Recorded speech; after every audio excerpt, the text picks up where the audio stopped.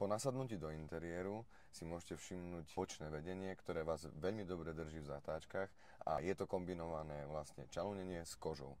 Je to komfortnejšie ako samotná koža, čiže v lete sa neprehrieva a takisto ani v zime nie je studená.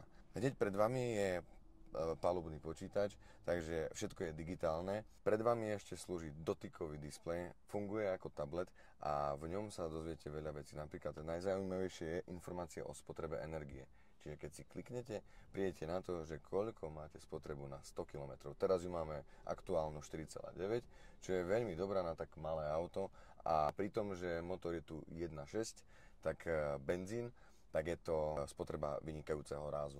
Je tu klimatizácia a pre mňa, čo je najviac zaujímavé a výhodou pre mladú generáciu určite, je bezkáblové nabíjanie telefónu, ktorý len tak si položíte a hneď vám ten mobil sa nabije. Na druhej strane takisto ukladací priestor máte nielen vo dverách, ale takisto aj tu na kávu a páka, ktorá vám padne rovno do ruky, je automatická prevodovka, čiže tým pádom máte ešte komfortnejšiu jazdu. Skrinku, ako môžete vidieť, viete tam odložiť hocičo. Aby sa vám pohodlne sedelo, tak na to vám bude slúžiť lakťová opierka, ktorá je posuvná, takisto nastaviteľná. A ak nie, tak máte aj tam vo vnútri ukladací priestor. A ak by ste chceli stojať na kávu, tak hneď máte na dve, rovno pod automatickou prevodovkou máte dva krásne priestory na odloženie si kávy.